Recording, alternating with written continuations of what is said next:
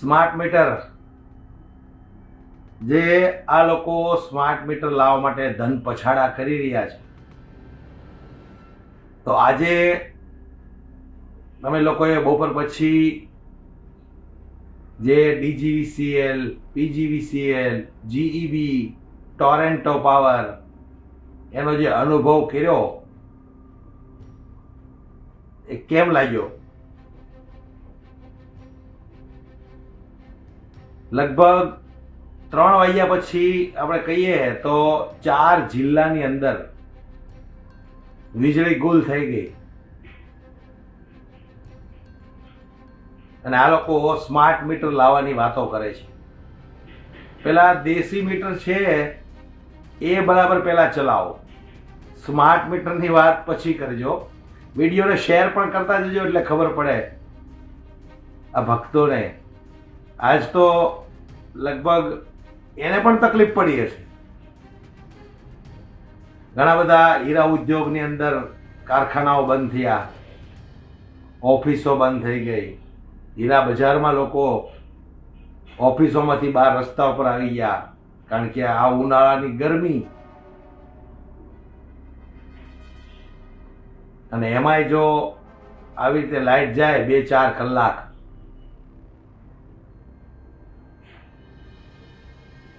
આહા, શાહ હિતેશભાઈ, ખૂબ સરસ. અમને કોઈ ક્યાં પૂછે જ છે? અમને કોઈ પૂછતું જ નથી કે શું થયું. અમારે સામેથી કહેવું પડે છે ત્યારે તમારી જેવા અંધભક્તો જાગૃત થાય છે.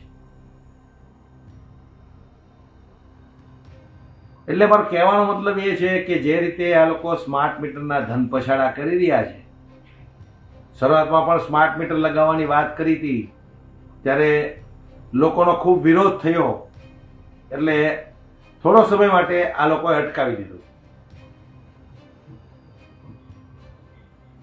પણ હવે પછી પાછા ફરી એક વખત આ લોકોએ સ્માર્ટ મીટરનું જે ગતકડું લાવવાનું છે એ ફરી એક વખત આ લોકો સક્રિય થયા છે. પરંતુ જનતા જો આવનારા દિવસોમાં પહેલા જે રીતે સ્માર્ટ મીટરનો વિરોધ કર્યો હતો એ જ રીતે અત્યારે સ્માર્ટ મીટરનો વિરોધ કરશે તો જ જનતાને આ લોકો સ્માર્ટ મીટર નહીં આપે. બાકી આ લોકોનો મનસૂબો એ છે કે ઘરે ઘરે સ્માર્ટ મીટર લગાવવાનું છે. કહેવાય છે કે ભાઈ આ સ્માર્ટ મીટર જે બનાવે છે અદાણી ગ્રુપ, એટલે સ્વાભાવિક છે કે એમના મિત્રને તો આ લોકો કમાણી કરાવવાના જ છે. પબ્લિકનું જે થવું એ થાય. પબ્લિકને ભલે ને 500 રૂપિયા રળતો હોય, 1000 રૂપિયા કમાતો હોય અને 100, 150, 200 રૂપિયા લાઇટ બિલ રોજ આવતું હોય, તો પબ્લિકને પોસાય કે ના પોસાય એ એને નથી જોવાનું.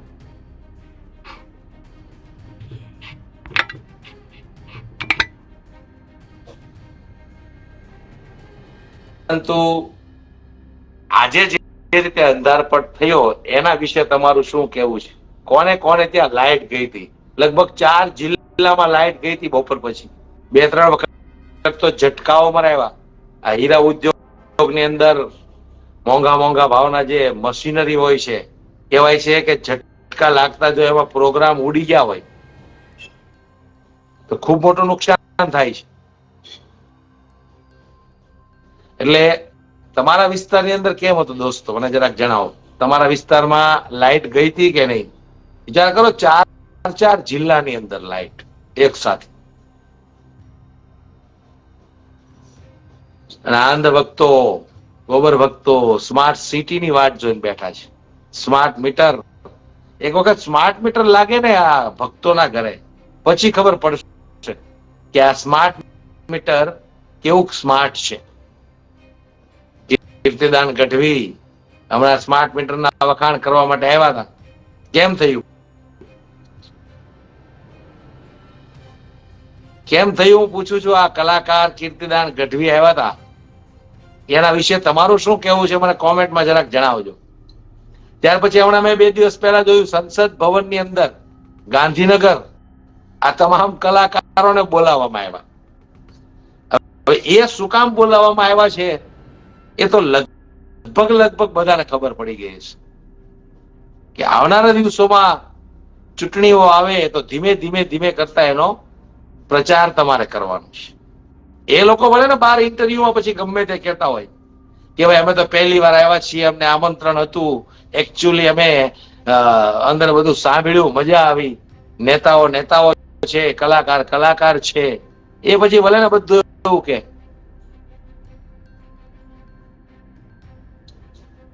પણ આવનારા દિવસોમાં જો ચૂંટણી જ્યારે આવશે અને આ કલાકારો ભારતીય જનતા પાર્ટીનો પ્રચાર ન કરે તો મને યાદ કરજો, ચોક્કસ કરશે. ભલે વાતને તોડી મરોડીને ગમે એમ કરીને આ લોકો કંઈક ને કંઈક જનતાને એવું કહી દેશે કે ભાઈ કમળનું બટન એક વખત દબાવજો. જે રીતે 2022 ની અંદર સાધુ સંતો મહંતો કલાકારો તૂટી પડ્યા કે કમળનું બટન દબાવજો. એક કોક સ્વામિનારાયણના સંત હતા, એ પણ એવું કહેતા હતા કે ભાઈ રોડ રસ્તા ભલે સારા ન બને તો એ સહન કરી લેજો, કદાચ સમયસર વીજળી ન મળે તો એ સહન કરી લેજો, મોંઘવારી કદાચ વધે તો એ સહન કરી લેજો, પણ વોટ તો કમળને જ આપજો. નરેન્દ્ર મોદી જેવો વડાપ્રધાન તમને બીજી વાર નહીં મળે. એટલે ત્યારે આપણને એવું લાગે કે આ ભાષણ આપવા વાળા વાંઢા અને દેશ ચલાવવા વાળા વાંઢા. એટલે વાંઢો તો સ્વાભાવિક છે કે વાંઢાના વખાણ જ કરવાનો છે. પણ અત્યારે જે રીતે ગુજરાતની પરિસ્થિતિ છે તો કેટલા લોકોની અંદર એવી હિંમત છે કે આ સાધુ સંતો મહંતો કલાકારો જેટલા કીધું હતું કે કમળનું બટન દબાવજો, અને દબાવ્યા પછી ગુજરાતની જે પરિસ્થિતિ છે એના વિશે ક્યારેય કોઈએ ભરી સભાની અંદર કે ભરા ડાયરાની અંદર ઉભા થઈને કલાકારોને કે સાધુ સંતોને કીધું કે તમારા કહેવાથી અમે બટન દબાવ્યું હતું? આજે ગુજરાતની પરિસ્થિતિ શું છે? ખુલ્લેઆમ બળાત્કાર, ખુલ્લેઆમ મર્ડર, દારૂ, ડ્રગ્સ, ચરસ, અફીણ, આજનું યુવા ધન કેટલું બરબાદ થઈ રહ્યું છે. આટલો ભ્રષ્ટાચાર. કોઈએ ક્યારેય સવાલ કર્યો કે તમારા કહેવાથી અમે બટન દબાવ્યું હતું અને અત્યારે અમે ભોગવી રહ્યા છીએ? અકાબા ગઢવી હા, અકાબા ગઢવીને હમણાં સરકારી હોસ્પિટલમાં કડવો અનુભવ થયો. લે તો ખાંડ લઈને જવું હતું, થોડાક ફાકડા મારી લેવાતા. તમને જે રીતે કડવા અનુભવ થાય અને તમારી વેદના તમે સોશિયલ મીડિયામાં ઠાલવો છો કે ભાઈ સરકારી હોસ્પિટલમાં મને કડવો અનુભવ થયો,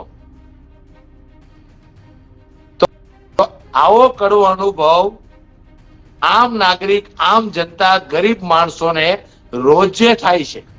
તો એ બિચારો કોને કહેવા જવાનું છે અને એની વાત સાંભળવાનું છે કોણ?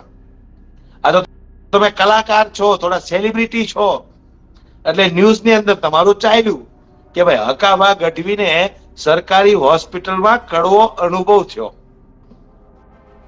બાકી સામાન્ય માણસનું કોણ સાંભળવાનું છે? ગરીબ, મજબૂર, લાચાર, બેબસનું કોણ સાંભળવાનું છે?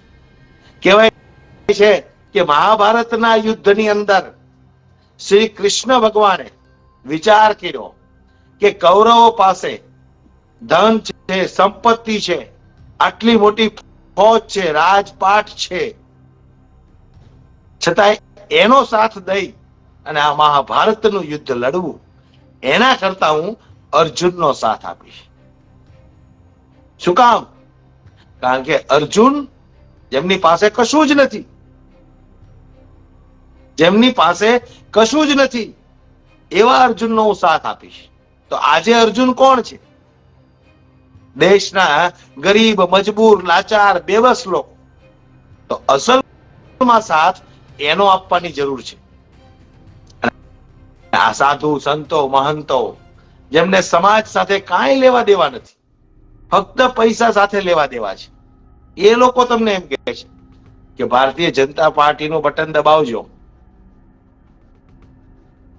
વિડીયોને વધુમાં વધુ શેર પણ કરતા રહો, એટલે લોકો જાગૃત બને કે તમારા કહેવાથી બટન દબાવ્યું, પણ અમારી પરિસ્થિતિ શું છે એ તમને ખબર છે.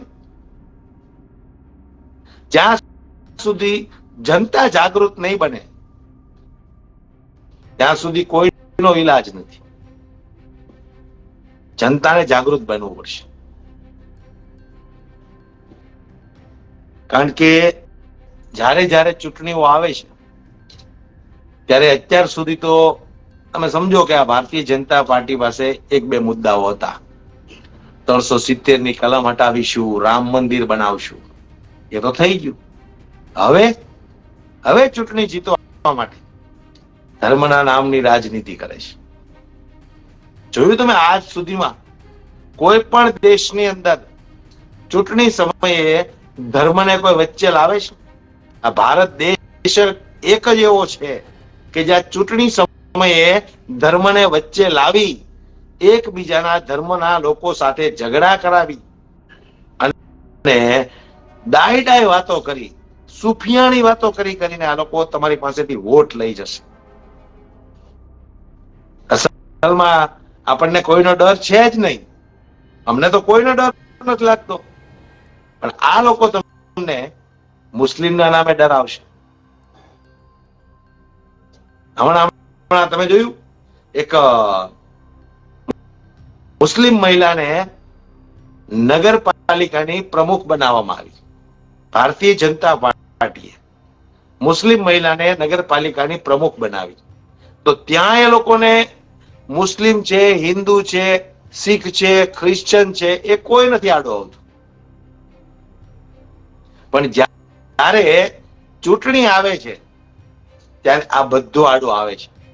ત્યારે બધું જ આ લોકો મંચ પરથી એક સાથે તમારી અંદર આ જ્ઞાન ઠાલવી દેશે. હું તો જોઉં ઘણી વખત આ રમજાન મહિનો ચાલે છે. મારે ઘણા બધા મુસ્લિમ મિત્રો છે, ઘણી બધી મુસ્લિમ બહેનો છે જે મને પોતાનો ભાઈ માને છે. એવા લોકોને આપણે શુભેચ્છા પાઠવીએ તો પણ આ અંધભક્તોને તકલીફ પડે. બોલો, આપણે એમ કીધું પાકિસ્તાન વયો જા લે. એટલે કોઈ પણ ધર્મના લોકોને આપણે શુભેચ્છા પાઠવી એ આપણો અધિકાર નથી? અરે હું રોજા પણ રહી શકું, તમે મને કોણ કહેવા વાળા? એમાં પણ આ ભક્તોને તકલીફ પડે છે. બોલો, એટલે કહેવાનો મારો મતલબ એ છે કે આ લોકોએ જનતાના મગજમાં મુસ્લિમ વિરુદ્ધ ઝેર જેટલું ભરી દીધું છે કે મુસ્લિમ શબ્દ આવે એટલે અંધભક્ત રાતો પીળો થઈ જાય.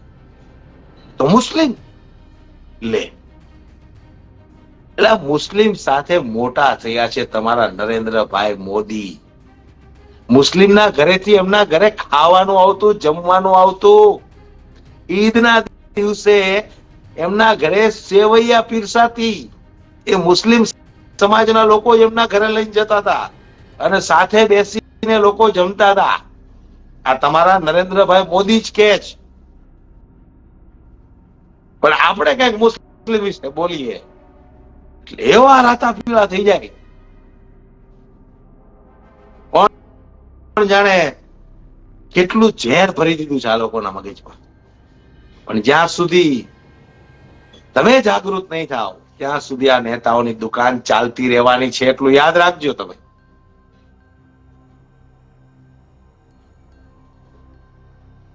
વધુમાં વધુ વિડીયોને શેર કરો, દરેક લોકો સુધી પહોંચે ને વધુમાં વધુ લોકો જાગૃત બને. બસ ચૂંટણીઓ તો આપણે ત્યાં અઢળક આવતી રહેવાની છે. એક જાય ને બીજી આવે, બીજી જાય ને ત્રીજી આવે.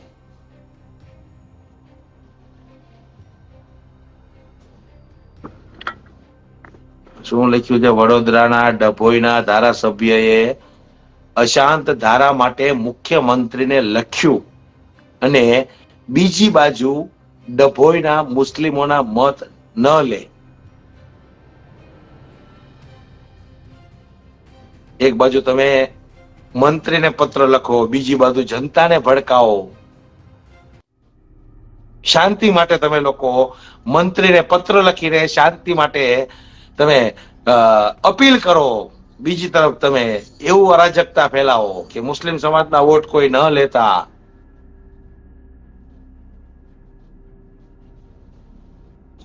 એટલે જાગૃત બનવું પડશે, આપણે જ જાગૃત બનવું પડશે. આપણા પ્રશ્નોને વાચા આપવા માટે, આપણા બાળકોના સારા ભવિષ્ય માટે આપણે જાગૃત બનવું પડશે.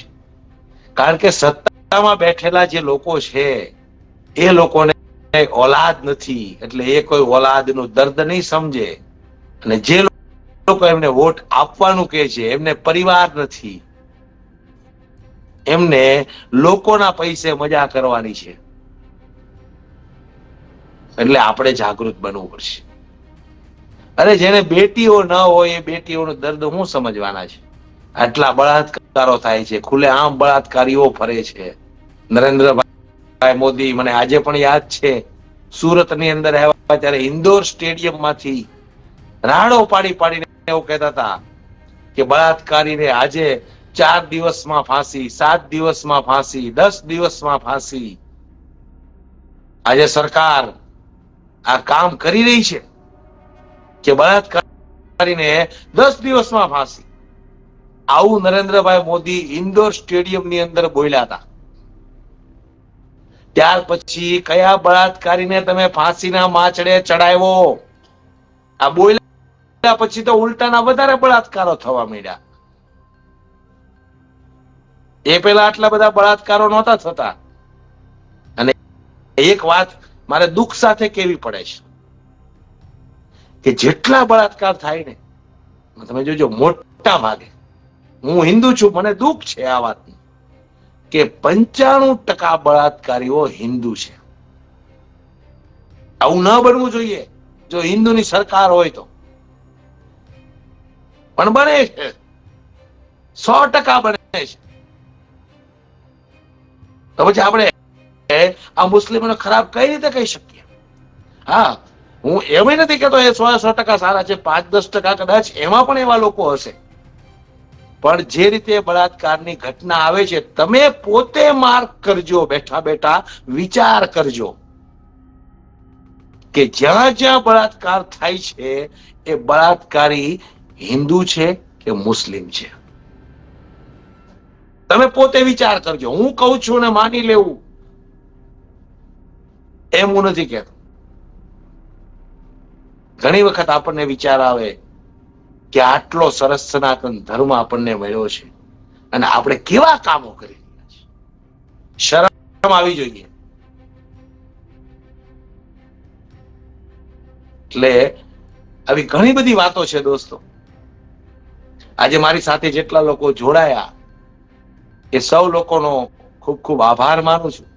થોડો સમય હતો એટલે મને એમ થયું કે લાવો મિત્રો સાથે થોડી લાઈવમાં વાત કરી લઈએ. કચ્છમાં ખારેકની દુકાનો ખુલી ગઈ છે, ખૂબ સરસ. જય માતાજી ભાવેશભાઈ, તમને પણ જય માતાજી. હોળીનો તહેવાર આવી રહ્યો છે. મારા તમામ દોસ્તો, મિત્રો, યારો, વડીલો, બહેનોને હોળીની ખૂબ ખૂબ શુભેચ્છા પાઠવું છું. પણ એક વાત યાદ રાખજો કે જે કંઈ કરવાનું છે એ તમારે પોતે કરવાનું છે. સરકાર પર ભરોસો રાખીને બેસશો તો તમારું બાળક નહીં શિક્ષિત બને, નહીં આગળ વધે, નહીં એને સારી નોકરી મળે. જે કંઈ કરવાનું છે, બદલાવ લાવવો છે તો એ પણ તમારે જ લાવવો પડશે. કારણ કે જનતા એક એવી તાકાત છે કે સારા સારા નેતાઓને ખુરશી પરથી નીચે ઉતારી દે છે. એટલે આપણે પોતે જ જાગૃત બનવું પડશે દોસ્તો. આવનારો સમય કહેવાય છે કે આજે જે સમય છે એ સારો છે. આવનારા સમય કરતા એટલું યાદ રાખજો તમે. આજે જે દિવસ ગયો એ કાલના દિવસ કરતા સારો ગયો, એટલું યાદ રાખજો. જિગ્નેશ મેવાણીને સસ્પેન્ડ કર્યા તે વિશે તમારું શું કહેવું છે? ઘનશ્યામભાઈ પરમાર.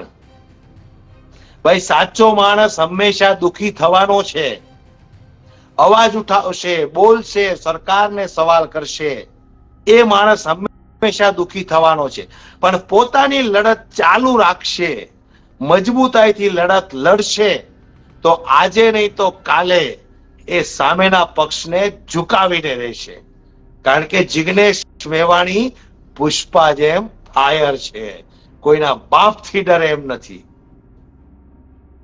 એટલે લડત તમારે ચાલુ રાખવી પડશે. જો પરિણામ તમારે જોતું હોય તો કંટાળીને ઘરે બેસી જશો તો એવા ઘણા બધા છે જે એક સમયે રાડો પાડી પાડીને ભારતીય જનતા પાર્ટી વિરુદ્ધ તમારી પાસે 1200 પાનાની ફાઇલ છે, જેને જોતી હોય એને હું બતાવી દઉં. આજે એ ક્યાં છે? ભારતીય જનતા પાર્ટી સારા સારા નીચે બેસી ગયા. એટલે લડત તમારે ચાલુ રાખવી પડશે.